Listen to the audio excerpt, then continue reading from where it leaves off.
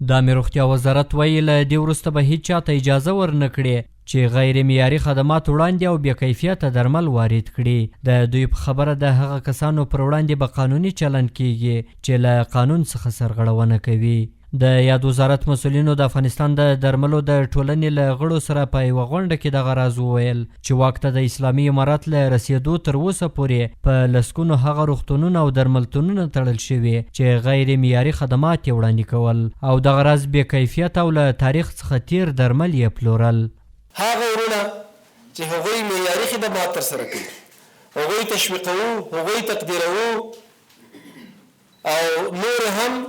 سپورټ کوو چې نور هم پرمختګ وکړي. هغه څوک چې په دې برخه کې خیانت کوي او د طبي معیارونو مطابق خپل کار مخته نه بیایي، که شرکت لري شرکت به بندېږي، که درملتون لري درملتون به بندېږي، که عمده پلورنځی لري هغه به بندېږي، که روغتون لري روغتون به بندېږي، که تشخیصي مرکز لري تشخیصي مرکز به بندېږي. په غونډه کې دغه راز د عامه روغتیا وزارت اداري او مالي مرستیال له ټولو سوداګرو څخه غوښتنه وکړه چې راشي او په هیواد کې دننه د روغتیا په برخه کې پانګونه وکړي تر څو یې پر مټ یو پرمختللی صحي نظام رامنځته شي.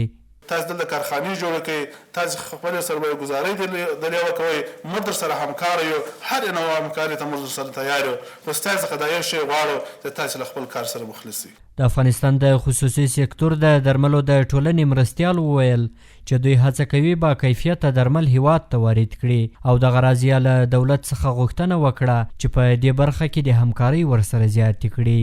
هر پلان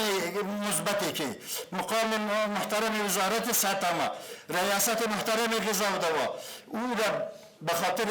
اصلاح فیسبوک ما هم یکی هستیم. ما هم نمیخواهیم که اون شرکت هایی که در چشم مردم خاک بندازه و ما از او دفاع بکنیم. ما با اساس قوانین محافظه کشور پیش میریم. د یادونې وړ ده چې پخوا به هیواد ته بې کیفیته درمل ډیری له ګاونډیو هیوادونو پاکستان او ایران څخه واردېدل، خو تازه اسلامي امارت ویلي چې له دې وروسته هیڅوک نشي کولی بې کیفیته درمل له قاچاقي لارو هیواد ته راوړي او په دې برخه کې یې جدي اقدامات ترسره کړي دي.